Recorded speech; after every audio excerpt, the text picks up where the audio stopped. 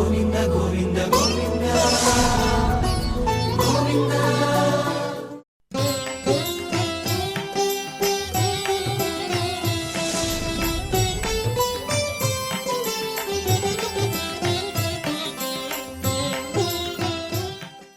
గురుర్బ్రహ్మా గురుర్విష్ణుః గురుర్దేవో మహేశ్వరః గురుః సాక్షాత్ పరం బ్రహ్మ తస్మై శ్రీ గురవే నమః.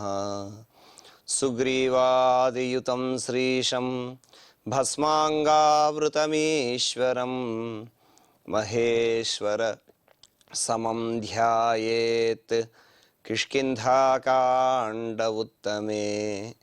శ్రీరామచంద్ర పరబ్రహ్మణే నమః. స్వామి హనుమ రామలక్ష్మణుల దివ్య రూపాన్ని, వారి పరాక్రమాన్ని, సామర్థ్యాన్ని చూసి వారు సమస్త భూభాగాన్ని రక్షించేటటువంటి సామర్థ్యం కలిగిన వారు అని గుర్తించిన వాడై, అలాగే వారు ధరించినటువంటి ఆయుధ విశేషాలను, ధనుర్బాణములను చూసి వాటి యొక్క విశేషాన్ని తెలుపుతూ స్వామి ఇలా అంటూ ఉన్నారు. ఇమే చ ధనుషీ చిత్రే శ్లక్ష్ణే చిత్రానులేపనే ప్రకాశేతే యథేంద్రస్య వజ్రే హేమ విభూషితే. రామలక్ష్మణులు ధరించినటువంటి ధనుర్బాణములను చూసి అవి గొప్పగా ప్రకాశిస్తూ ఉన్నాయి. అలా ప్రకాశిస్తూ ఉన్నటువంటి ఆ ధనుర్బాణములు ఎలా ఉన్నాయి అనంటే యథా ఇంద్రస్య, దేవేంద్రుని యొక్క ఆయుధములతో సమానంగా ప్రకాశిస్తున్నాయి. అంత గొప్పగా ప్రకాశిస్తున్నటువంటి ఆ ఆయుధములు ఎలా ఉన్నాయ్యా? అపూర్వంగా, ఆశ్చర్యంగా, దివ్యంగా, సుందరంగా, చిత్రంగా కనిపిస్తూ ఉన్నాయట. అలా దివ్యమైన, చిత్రమైన ఇలాంటి ధనుస్సులు, విల్లులు లోకంలో ఎక్కడా కూడా చూడలేదు అని చెప్పి స్వామి అంటూ ఉన్నారు హనుమ. అంతటి ఆయుధ విశేషాలను ఆశ్చర్యకరమైన, అద్భుతమైన ప్రకాశంతో మెరుస్తూ ఉన్నటువంటివి కనుకనే చిత్రానులేపనే అంటే నునుపైనటువంటి ద్రవ్యంతో చక్కగా పూసి మెరుస్తూ ఉన్నాయి, ప్రకాశవంతంగా మెరుస్తూ ఉన్నాయి. అలా నునుపైనటువంటి ద్రవ్యంతో పూతపూసినటువంటి ధనుస్సులు, వాటితో పాటుగా యథా ఇంద్రస్య హేమ విభూషితే ప్రకాశేతే, ఏ విధంగా అయితే బంగారంతో అలంకరించబడినటువంటి ఇంద్రుని ఆయుధం ఉంటుందో అలా వజ్రాయుధంలాగా ప్రకాశిస్తూ ఉన్నటువంటివి. ఇమే ధనుషి, వీళ్ళిద్దరి ధనుస్సులు కూడా శ్లక్ష్ణే నునుపుగా, వజ్రే వజ్రం వలె కఠినంగా ఉన్నాయి. బాణములు చాలా గట్టిగా, ప్రకాశవంతంగా వజ్రముల వలె, వజ్రాయుధం ఎలా అయితే ఉందో ఆ విధంగా ఉన్నాయి అన్నారు. మరి ఆ ధనుస్సులు ఆ విధంగా ఉంటే ఆ బాణములు కలిగినటువంటి అమ్ముల పొది ఏ విధంగా ఉందో అంటూ ఉన్నారు ఆయన. సంపూర్ణా నిశితైర్బాణైః తూణాశ్చ శుభదర్శనాః జీవితాంతకరైర్ఘోరైః స్వశద్భిరివ పన్నగైః. రామలక్ష్మణులు చేత ధరించినటువంటి ధనుస్సులు గొప్పగా ప్రకాశిస్తూ ఉంటే ఆ బాణములు ఉంచుకున్నటువంటి అమ్ముల పొది ఏ విధంగా ఉంది? దాని తూణాహ, తూణాహ అంటే అమ్ముల పొది. తూణాశ్చ, ఆ అమ్ముల పొది శుభదర్శనాహ, చూడడానికి చాలా చక్కగా అందంగా ఉందట. అది ఆ అమ్ముల పొదులు ఏ విధంగా ఉన్నాయి? వాటిలో ఉన్నటువంటి బాణముల చేత ఆ అమ్ముల పొది జీవితాంతకరైః, శత్రువుల యొక్క జీవితాల్ని నశింపజేసేటటువంటి వాటిగా ఉన్నాయి. అంతే, వాడి అయినటువంటి బాణములు కలిగి ఉన్నటువంటి ఆ అమ్ముల పొదలు నిశితైః బాణైః, పదునైనటువంటి బాణముల చేత నిండి ఉన్నాయి. అలా ప్రాణములను హరించేటటువంటి బాణములు కలిగి ఉన్నటువంటి ఆ అమ్ముల పొదలు సుందరంగా ఉన్నాయి. అంతేకాదు అందులో ఉన్నటువంటి బాణములు ఎలా ఉన్నాయి అంటే స్వశద్భిరివ పన్నగైః, స్వశద్భిః బుసలు కొడుతున్నటువంటి పన్నగైః, పాముల వలె ఉన్నాయి. ఏ విధంగా అయితే పాములు బుసలు కొడుతూ మీదికి వస్తాయో అలా శత్రు సంహారం చేయడానికి సిద్ధంగా ఉన్నాయట బాణములు. అలా శత్రు సంహారానికి సిద్ధంగా ఉన్నటువంటి బాణములతో నిండినటువంటి అమ్ముల పొదలు కలిగి ఉన్నారు. అలాంటి గొప్పదైనటువంటి ఆయుధ విశేషాలు ఉన్నాయి. ఇంకా వారి దగ్గర ఉన్నటువంటివి ఏమిటయ్యా అంటే మహాప్రమాణౌ విస్తీర్ణౌ తప్తహాటకభూషితౌ ఖడ్గావేతౌ విరాజేతే నిర్ముక్త వివ పన్నగౌ. వారి చేతిలో ఉన్నటువంటి ఖడ్గాది ఆయుధ విశేషములు చెబుతూ ఉన్నారు. ఆ ఖడ్గములు ఏ విధంగా ఉన్నాయి అంటే ధనుర్బాణములు ప్రకాశవంతంగా ఉన్నాయి, ఆ బాణములేమో శత్రు సంహారం చేయడానికి సిద్ధంగా ఉన్నటువంటి విధంగా ఉన్నాయి అని చెప్పి, తరువాత వారి దగ్గర ఉన్నటువంటి ఖడ్గములు ఎలా ఉన్నాయంటే మహాప్రమాణవు. ఇక్కడ ప్రమాణము అని అంటే చాలా విశాలముగా ఉన్నటువంటివి, పొడవైనటువంటివి, గొప్ప ప్రమాణము కలిగినటువంటివి. ఆ ఖడ్గములు చాలా పొడవుగా ఉన్నాయి. అంతేకాదు విస్తీర్ణవు, వెడల్పు కలిగినటువంటివి. అంటే చాలా పొడుగ్గా ఉండి వెడల్పు కలిగినటువంటి ఆ యొక్క ఖడ్గములు తప్తహాటక భూషితవు. తప్త హాటకములు, హాటకములు అని అంటే తప్తము అంటే కరిగించడం, హాటకము అంటే బంగారం. తప్త హాటక భూషితవు, కరిగించినటువంటి శుద్ధి చేసినటువంటి బంగారంతో చక్కగా పూతపూసి అలంకరింపజేసినటువంటివి. ఏతౌ ఖడ్గౌ, ఈ ఖడ్గములు నిర్ముక్త భుజగౌ ఇవ, ఎలా ప్రకాశిస్తున్నాయి అంటే బంగారు పూత పూసినటువంటి ఆ ఖడ్గములు అంత గొప్పగా ఉన్నాయి. ఎలా ప్రకాశిస్తున్నాయో చెబుతూ నిర్ముక్త భుజగౌ ఇవ, కుబుసం విడిచినటువంటి పాము ఏ విధంగా అయితే మిసమిస మెరుస్తూ ఉంటుందో ఆ విధంగా కుబుసములు విడిచినటువంటి పాముల వలె విరాజేతే, ప్రకాశిస్తూ ఉన్నాయి అని చెప్పి వారి దగ్గర ఉన్నటువంటి ఆయుధ విశేషములు ఖడ్గములు ఏ విధంగా ఉన్నాయో చెబుతూ ఉన్నారు. ఇలా స్వామి హనుమ రామలక్ష్మణులను చూడగానే వారి యొక్క దివ్యమైన ప్రకాశం చేత, వారి దివ్యత్వం చేత, వారి యొక్క శారీరక దార్ఢ్యాన్ని చూసినటువంటి వాడై రాజర్షి దేవప్రతివౌ తాపసౌ సంశితవ్రతౌ, అంటే రాజర్షుల వలె దేవర్షుల వలె తాపస వేషాన్ని ధరించి ఉన్నటువంటి మీరు వ్రతాన్ని ఆచరిస్తున్నారు అని మొదలుపెట్టినటువంటి వాడై ఖడ్గావేతౌ విరాజేతే నిర్ముక్తావ్యోపన్నగౌ అని రామలక్ష్మణుల యొక్క వైభవాన్నంతటినీ కూడా ప్రకటింపజేసేటటువంటి గొప్ప స్తోత్రాన్ని చేశారు. ఆపాదమస్తకము కూడా, పాదము నుంచి శిరస్సు పర్యంతము వరకు కూడా వారిని వర్ణిస్తూ అంతర్గతమైనటువంటి తేజస్సుతో సహా వారు ఎంతటి ధర్మాత్ములో, ఎంత ప్రకాశం ఉన్నటువంటి వారో, వారి సామర్థ్యం ఏమిటో, ఎంతటి సామర్థ్యం చేత వారు సమస్త భూభాగాన్ని కూడా రక్షిస్తూ ఉన్నారో, అలాగే వారు ఏమి చేయడానికి యోగ్యులో ఇవన్నీ కూడా గ్రహించినటువంటి వాడై వారు దేవతామూర్తులతో సమానంగా ఉన్నారు అని చెప్పి విశేషమైనటువంటి స్తోత్రాన్ని చేశారు.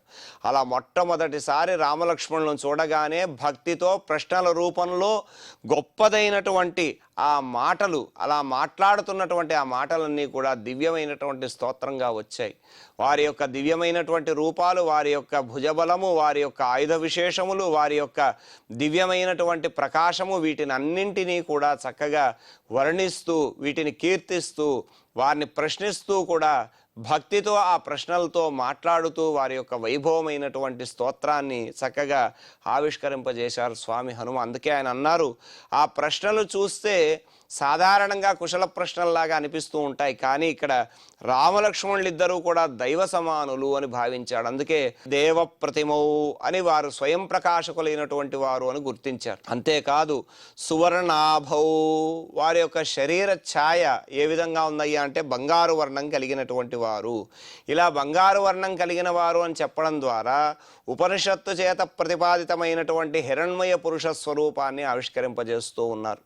అలా హిరణ్మయ పురుష స్వరూపాన్ని ఆవిష్కరింపజేసి ఉపనిషత్ ప్రతిపాదితమైనటువంటి పరమాత్మ యొక్క తత్వాన్ని ఇందులో చక్కగా సువర్ణాభౌ అని చెప్పారు. అంతేకాదు లక్ష్మణుడు ఎలా ఉన్నారయ్యా, ఆయన స్వయంగా శుద్ధ జాంబూనద ప్రభ, శుద్ధమైనటువంటి బంగారం వంటి కాంతి కలిగినటువంటి వాడు. ఈ విధంగా వీరిద్దరికీ కూడా ఆ బంగారు ఛాయ సువర్ణాభత్వం అనేటటువంటి దాన్ని సువర్ణాభౌ అని వారిని కీర్తించాడు. అంతేకాదు పద్మపత్రేక్షణౌ, వారి యొక్క నేత్ర వైశిష్ట్యాన్ని చెప్పాడు. ఉపనిషత్ ప్రతిపాదితమైనటువంటి పుండరీకాక్ష స్వరూపం ఏదైతే ఉందో ఆ పుండరీకాక్షుని యొక్క లక్షణాన్ని చక్కగా తెలియజేస్తున్నటువంటిదై వారి నేత్రములు పద్మపత్రేక్షణౌ అని అన్నారు. అలాగే శేషాంశభూతుడైనటువంటి లక్ష్మణస్వామి యొక్క నేత్రములు కూడా సహజంగా పద్మవర్ణంలో ఉన్నాయి. ఈ విధంగా పద్మములతో ఆ నేత్ర సౌందర్యాన్ని పద్మములతో పోల్చడము అనేది ఉపనిషత్ ప్రతిపాదితమైనటువంటి పుండరీకాక్ష స్వరూపం. ఇక శ్రీమంతౌ అన్నారు. ఇక్కడ శ్రీ అని అంటే అమ్మవారు. అలా లక్ష్మీదేవిని కలిగి ఉన్నటువంటి వాడు గనక ఆయన శ్రీమంతుడు, నారాయణుడు అన్నారు. అదే శ్రీ అన్న పదానికి కైంకర్య లక్ష్మి అని కూడా అర్థం. కైంకర్యపరుడైనటువంటి ఆ కైంకర్య లక్ష్మిని కలిగి ఉన్నటువంటి వాడు లక్ష్మణుడు. కనుకనే ఆయన లక్ష్మీవాన్ శ్రీమాన్ అని రామాయణంలో చాలా చోట్ల చెప్పబడ్డారు. ఈ విధంగా ఆ శ్రీమంతౌ అనే పదం చేత శ్రీమన్నారాయణ స్వరూపాన్ని తెలియజేశారు. దీనితో పాటుగా యదృచ్ఛయైవ సంప్రాప్తౌ చంద్రసూర్యౌ వసుంధరాం, చంద్రసూర్యులిద్దరూ కూడా యాదృచికంగా భూమికి దిగి వచ్చారు అన్న వారి వలె ఉన్నారు అని అన్నాడు. అలా చెప్పడం చేత పరమాత్మ తనంతకు తానుగా తన ఇచ్ఛగా మానుష రూపాన్ని స్వీకరించి మానుష రూపం ధరించడానికి దశరథుణ్ణి తండ్రిగా వరించి తాను భూలోకానికి వచ్చాడు. అలా వచ్చినటువంటి పరమాత్మ స్వరూపం తెలియజేస్తున్నటువంటిదిగా, అంటే పరమాత్మ తన ఇచ్ఛానుసారం తాను విభవాన్ని తన యొక్క లీలా విభూతిని ప్రదర్శిస్తూ ఉంటాడు. అలా పరమాత్మ యొక్క లీలా విభూతిని తెలియజేసేటటువంటి విధంగా చెబుతున్నటువంటి మాట ఇది. అంతేకాదు చంద్రుడు ఏ విధంగా అయితే చల్లని వెన్నెల కురిపిస్తాడో అలా మిత్రులకు చల్లదనాన్ని కలిగించేటటువంటి వాడు, సూర్యుని వలె శత్రువులకు అధికమైనటువంటి తాపాన్ని కలిగించేటటువంటి వారు అని చెప్పి వారిద్దరూ కూడా సూర్యచంద్రుల వలె చల్లగాను తీక్ష్ణంగాను ఉన్నటువంటి వారు అని చెప్పి అక్కడ చంద్రసూర్యౌ వసుంధరాం ప్రాప్తౌ అని అన్నారు. ఇకపోతే వారి చేతిలో ఉన్నటువంటి ఆయుధ విశేషములు వారి సామర్థ్యాన్ని చూసినటువంటి వాడై రక్షితుం పృథివీమిమాం యోగ్యావహం మన్యే, ఈ భూమిని సమస్త భూభాగాన్ని కూడా ససాగర వనాం అని అంటాడు. సాగరములతో వనములతో కూడుకున్నటువంటి వింధ్య మేరు విభూషితాం, వింధ్య పర్వతములతో మేరు పర్వతములతో చక్కగా అలంకరింపబడినటువంటి ఈ సమస్త భూభాగాన్ని కూడా రక్షించడానికి యోగ్యమైనటువంటి వారు. ఈ రక్షణ అంటే ఏమిటి? సృష్టి స్థితి లయలు. ఈ సృష్టి స్థితి లయలు అనేటటువంటివి ఈ చేయడానికి వీరు సమర్థులు అనేటటువంటి అంశాన్ని గ్రహించినటువంటి వాడిగా చెబుతున్నాడు. అంతేకాదు యథేంద్రస్య వజ్రే హేమ విభూషితే, ఆ వజ్రాయుధాన్ని ఏ విధంగా అయితే ఉంటుందో అలా వజ్రాయుధం వంటి ధనుస్సులు, బుసలు కొడుతున్నటువంటి పాముల వలె ఉన్నటువంటి బాణములు, ఖడ్గావేతౌ విరాజేతే, కుబుసం విడిచి పాము వలె ప్రకాశిస్తున్నటువంటి ఖడ్గములు, ఇలా వీటిని అన్నింటినీ కూడా చెప్పడం ద్వారా సర్వ రాక్షస సంహారం చేయగలిగేటటువంటి పరాక్రమం కలిగిన శత్రు సంహారకులుగా వారిని గుర్తించాడు స్వామి హనుమ. ఈ విధంగా భగవత్ శబ్దవాచ్యుడైనటువంటి పరాత్పరుడు హనుమంతుని దృష్టికి గోచరమైనట్టుగా అంతరార్థంగా ఆ దివ్యమైనటువంటి స్తోత్రం మనకు దర్శనమిస్తుంది. పరాత్పరుడి యొక్క దివ్యమైన స్వరూపం కనిపిస్తూ ఉంటుంది. అలా ప్రశ్నల రూపంలో స్వామి హనుమ మాట్లాడుతూ ఉంటే రామలక్ష్మణులిద్దరూ కూడా వింటూ ఉన్నారు. చక్కగా వారు తన పట్ల విశ్వాసం కలిగేటటువంటి విధంగా సుగ్రీవుడు ఆజ్ఞాపించినటువంటి విధంగా తాను మాట్లాడుతూ ఉన్నారు. వారు దేనికి వచ్చారు, ఏ కారణం చేత వారి ఋష్యముఖ పర్వత సమీపంలో సంచారం చేస్తున్నారనేటటువంటి విషయాన్ని తెలుసుకోవడానికి వచ్చినటువంటి వాడై స్వామి హనుమ ఇలా మాట్లాడుతూ ఉంటే హనుమ మాట్లాడుతున్నటువంటి తీరును చూసి రామచంద్ర ప్రభువు చాలా సంతోషిస్తూ ఉన్నారు. రామలక్ష్మణులిద్దరూ కూడా స్వామి హనుమ మాట్లాడుతున్నంతసేపు ఏమీ మాట్లాడలేదు, సమాధానం లేకుండా వింటూ ఉన్నారు. అలా వారు ఏదీ సమాధానం చెప్పకుండా వింటూ ఉంటే అలాంటి రామలక్ష్మణులను చూస్తూ స్వామి హనుమ ఇలా అంటూ ఉన్నారు. ఏవం మాం పరిభాషంతం కస్మాద్వై నవిభాషతః, అయ్యలారా నేను ఇంతగా మాట్లాడుతున్నానే, నేను ఇంతగా మాట్లాడుతూ ఉన్నా కూడా కస్మాత్ న అభిభాషతః, మీరెందుకు నాకు ఏ ప్రత్యుత్తరము కూడా ఇవ్వడం లేదు, నాకు సమాధానం చెప్పడం లేదు ఎందుకు? ఇన్ని మాటలు మాట్లాడుతున్నాను, మీరు ఎందుకు వచ్చారని అడిగాను, మీరు ఎవరని అడిగాను, మీరు ఇలాంటి వేషం ఎందుకు ధరించారని అన్నాను, రాజకుమారుల్లాగా రాజ్యాన్ని పరిపాలించవలసినటువంటి మీరు ఈ అడవిలో ఎందుకు సంచరిస్తున్నారని ఇన్ని ప్రశ్నలు అడిగాను కదా. మరి ఇన్ని ప్రశ్నలు వేసినా కూడా కస్మాత్ న అభిభాషతః, మీరెందుకు నాకు ప్రత్యుత్తరం ఇవ్వడం లేదు? ఇలా స్వామి హనుమ ఇన్ని ప్రశ్నలు వేసినా రామలక్ష్మణులు ఇద్దరూ కూడా హనుమంతుడి మాటలు ఇంపుగా వింటూ ఉన్నారే కానీ తిరిగి వాళ్ళు ఏం సమాధానం చెప్పలేదు. ఎందుకు అనంటే వాక్పటుత్వం కలిగినటువంటి గొప్ప వాక్యజ్ఞుడైనటువంటి స్వామి హనుమ అక్కడ చక్కగా విషయాన్ని ప్రస్తావన చేస్తూ ఉన్నాడు. దానిని మధ్యలో అడ్డుకోవడం ఇష్టం లేదేమో, లేక అలా చక్కగా మాట్లాడుతున్నటువంటి హనుమను మధ్యలో మాట్లాడిస్తే చెబుతున్నటువంటి విషయాన్ని ఏదైనా మధ్యలో ఆపేస్తాడేమో, పూర్తిగా తెలుసుకునే అవకాశం ఉండదేమో అని వాళ్ళిద్దరూ అలా ఉన్నారేమో అని అనిపిస్తూ ఉంటుంది. అంతేకాదు భిక్షువుగా వచ్చాడైనా తన యొక్క నిజరూపాన్ని కపిరూపం పరిత్యజ్య భిక్షు రూపం తతో భేజే అని అన్నారు. అలా తన యొక్క నిజరూపాన్ని విడిచి వారి గురించి తెలుసుకోవడం కోసం భిక్షు రూపంలో వచ్చినటువంటి వాడు కనుక ఆ వచ్చినటువంటి వాడు వంచనతో వచ్చాడా, లేక నిజమైనటువంటి విషయాన్ని గ్రహించడానికి వచ్చాడా, లేక ఎవరైనా దూతగా పంపితే వచ్చాడా అని కూడా వీరు గ్రహించాలి. అందుకే వీరు మాట్లాడటం లేదు. ఎందుకంటే ఆ ప్రాంతంలో ఉన్నది ఇద్దరే, వాలి సుగ్రీవులు ఇద్దరు పరస్పరం బద్ధ శత్రువులు. ఈ విధంగా ఇద్దరూ కూడా శత్రువులుగా ఉన్నారు. వచ్చినటువంటి వాడు సుగ్రీవుని యొక్క దూత అయితే అతనితో మాట్లాడాలి. ఎందుకు అనంటే కబంధుడు తెలిపినటువంటి విధంగా సుగ్రీవునితో మైత్రి చేసుకోవాలి కనుక వచ్చినటువంటి వాడు సుగ్రీవుడు పంపగా వచ్చినటువంటి దూత అయితే అతనితో విషయాన్ని ప్రస్తావన చేయాలి. కానీ వాలి పంపిన దూత అయితే అతనితో ఏదీ మాట్లాడడానికి అవకాశం ఉండదు. కాబట్టి వచ్చినటువంటి వాడు ఎవరి దూతగా వచ్చాడో నిశ్చయం కాకుండా వీరు తమ యొక్క విషయాన్ని చెప్పకూడదు, తాము మాట్లాడలేరు. కనుక వారిద్దరూ కూడా స్వామి హనుమ మాట్లాడుతున్నంతసేపు కూడా మౌనంగా ఉన్నారు. కనుక ముందు వచ్చినటువంటి వాడెవరో పూర్తిగా నిశ్చయమైన తరువాత సమాధానం ఇద్దామేమో అని చెప్పి అలా సమాధానం చెప్పకుండా హనుమ మాట్లాడుతున్న విషయాలను వింటూ ఉన్నారు. అలా వింటూ ఉన్నటువంటి వారిద్దరినీ కూడా చూసి నేను ఇంతగా మాట్లాడుతున్నా నాకు ప్రత్యుత్తరం ఇయ్యడం లేదు అని స్వామి హనుమ ఆలోచిస్తూ ఉన్నాడు. ఇంతగా మాట్లాడుతున్నా బదులు ఇవ్వడం లేదు అంటే అర్థం ఏమిటి అనంటే నేను మాట్లాడుతున్నది వింటూ నా వంకే చూస్తున్నప్పటికీ కూడా నాకు బదులు ఇవ్వలేదు అంటే వీరికి నా మీద నమ్మకం కలగలేదు. వీరికి నమ్మకం కలిగే విధంగా అంటే వీరికి ఏదో సందేహం కలిగింది, ఆ సందేహం తీరే విధంగా వీరితో మాట్లాడాలి.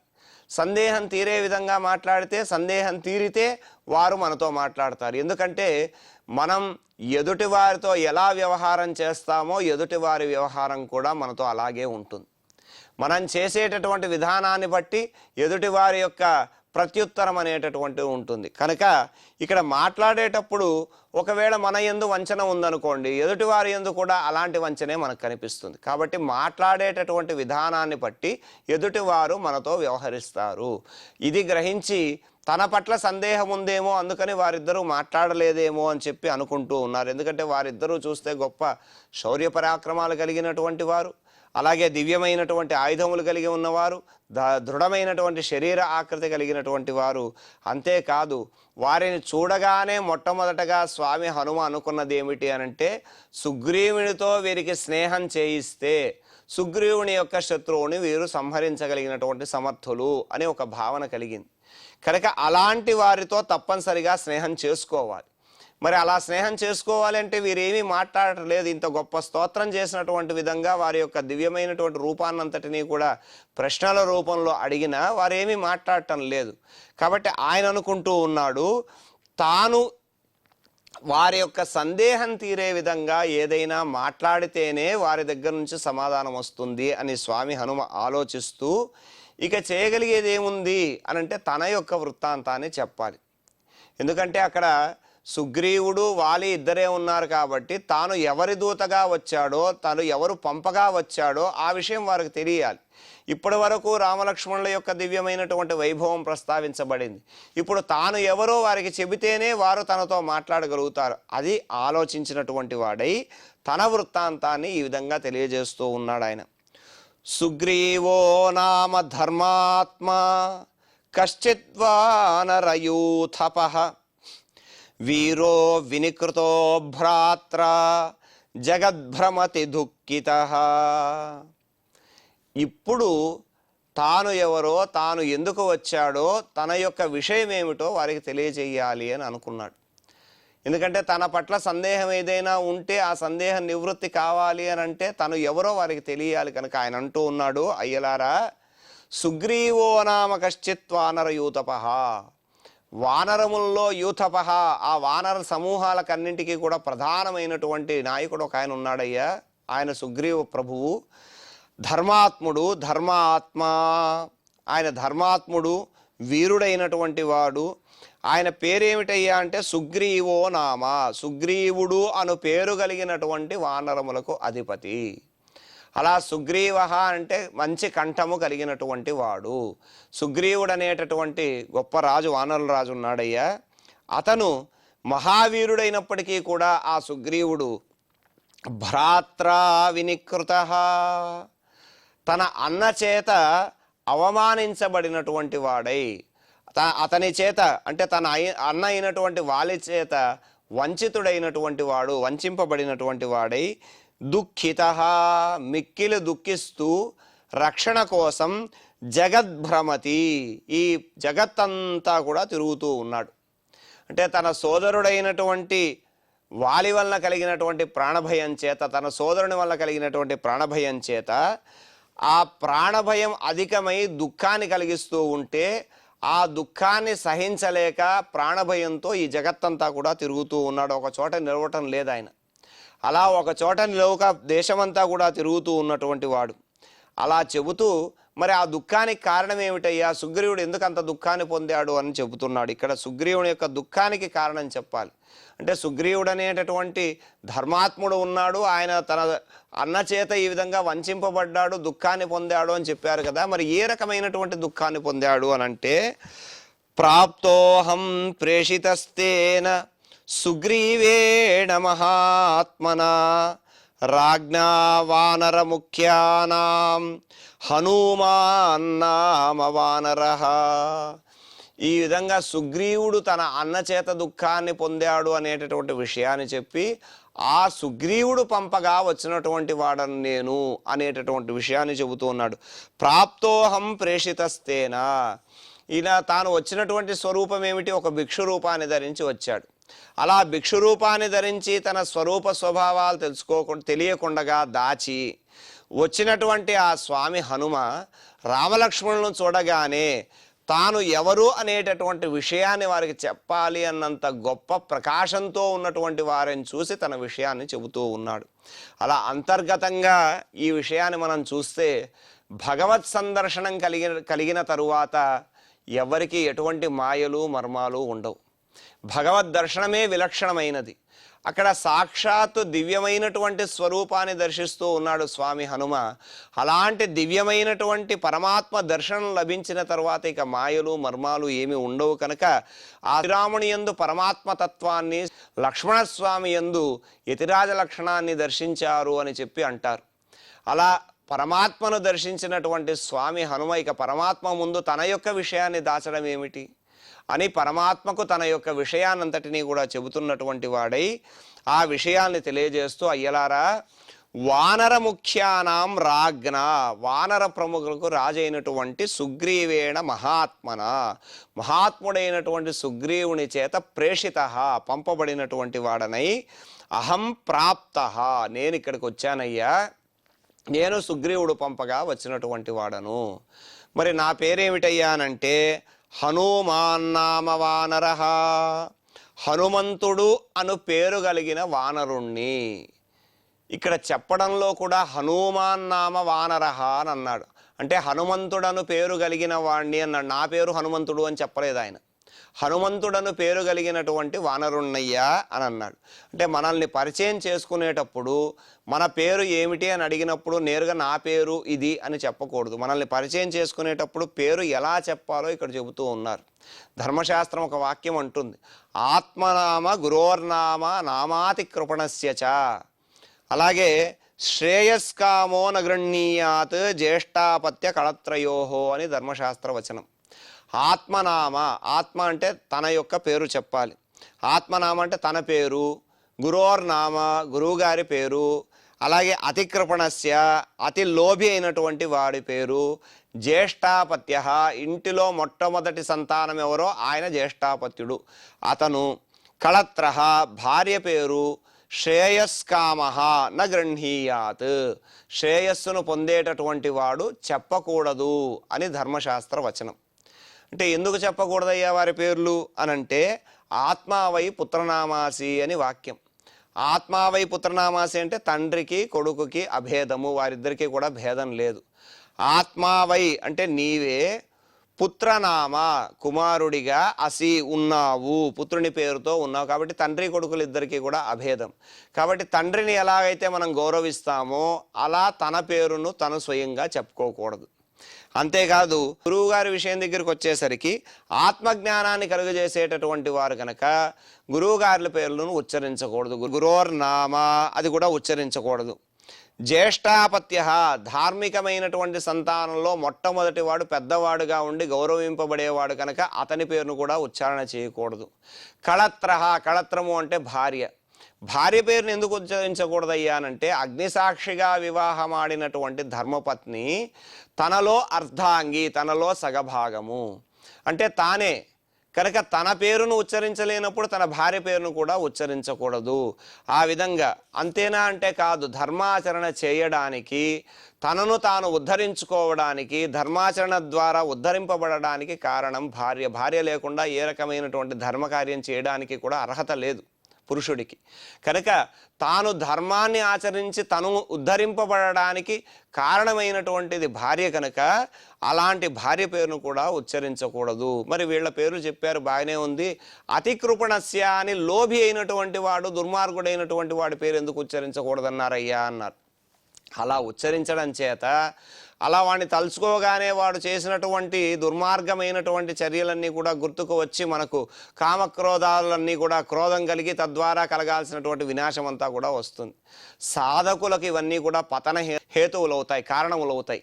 కనుక సాధకుడుగా ఉండేటటువంటి వాడు ఇలాంటి పేరును స్మరణ చేస్తే వాడికి వచ్చేటటువంటి కోపం ద్వారా వాడి సాధన అంతా కూడా వ్యర్థమవుతుంది. కాబట్టి సాధకులకు పతన హేతువులైనటువంటి ఇటువంటి పేరును కూడా తలుచుకోకూడదు అని ధర్మశాస్త్రం ఒక వచనం చెప్పింది. పెద్దలు ఈ రకంగా చెబుతారు. అందుకనే ఇక్కడ ఆయన ఏం చెప్పాడు, హనుమంతుడు పేరు చెప్పవలసి వచ్చినప్పుడు ఇక్కడ ఆయన పేరుని చెబుతూ హనుమాన్ నామ వానరః, హనుమంతుడని నన్ను పిలుస్తారు, హనుమంతుడని పేరు కలిగినటువంటి వాణ్ణి. కాబట్టి నీ పేరు ఏమిటయ్యా అని అడిగితే పేరు చెప్పవలసి వచ్చినప్పుడు నా పేరు ఫలానా నేరుగా చెప్పకూడదు. నన్ను ఫలానా అని అంటారండి, లేదా ఫలానా వారి అబ్బాయినండి, ఈ విధంగా ఫలానా అనేటటువంటి పేరుతో వ్యవహరిస్తారండి, ఇలాంటి మాటలు మనం చెప్పాలి తప్ప నేరుగా మన పేరును ఉచ్చరించకూడదు అని చెప్తారు. ఇలా ఎందుకు ఉచ్చరించకూడదయ్యా అంటే నేను నాది అనేటటువంటి భావం, అహంకారం ఉంది. ఆ అహంకారం తొలగాలి. అహంకారం తొలగేది ఎప్పుడు? నేను నా పేరు అని చెప్పినప్పుడు అహంకారం వస్తుంది. ఫలాని పేరుతో నన్ను పిలుస్తారయ్యా అని అంటే సరిపోతుంది. అలా అనడం చేత ఆత్మతత్వము అనేటటువంటిది, అంటే ఈ నామరూపాలు ఏవైతే ఉన్నాయో ఈ నామరూపాలు అశాశ్వతములు అని తెలిసి అక్కడ ఆత్మజ్ఞానం సిద్ధించడానికి దోహదపడుతుంది. కనుకనే స్వామి తనను పరిచయం చేసుకుంటూ హనుమ అంటూ ఉన్నారు, ఇక్కడ నా పేరు హనుమాన్ చెప్పుకోకుండా హనుమాన్ నామ వానరః అని అన్నారు. ఇంతటి సూక్ష్మమైనటువంటి శాస్త్రజ్ఞానం కలిగినటువంటి స్వామి హనుమ బుద్ధిమతాం వరిష్ఠః. అలాంటి గొప్పదైనటువంటి శ్లోకాలను మనం చక్కగా పారాయణ చేసుకుందాం. ఇమే చ ధనుషీ చిత్రే శ్లక్ష్ణే చిత్రానులేపనే ప్రకాశేతే యథేంద్రస్య వజ్రే హేమ విభూషితే సంపూర్ణా నిశితైర్బాణైః తూణాశ్చ శుభదర్శనాః జీవితాంతకరైర్ఘోరైః స్వశద్భిరివ పన్నగైః మహాప్రమాణౌ విస్తీర్ణౌ తప్తహాటకభూషితౌ ఖడ్గావేతౌ విరాజేతే నిర్ముక్తావివ పన్నగౌ ఏవం మాం పరిభాషంతం కస్మాద్వై న బిభాషతః సుగ్రీవో నామ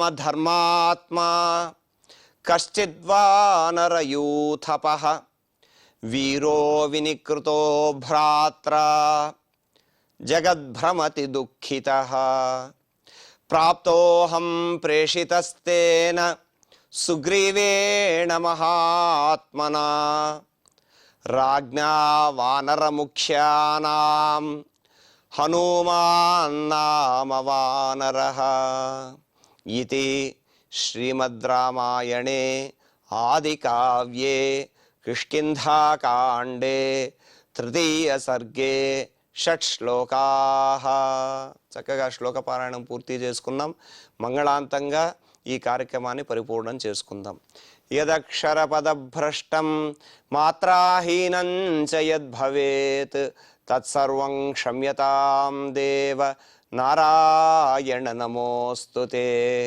కాయేన వాచా మనసేంద్రియైర్వా బుద్ధ్యాత్మనా వా ప్రకృతే స్వభావాత్ కరోమి యద్యత్ సకలం పరస్మై నారాయణాయేతి సమర్పయామి.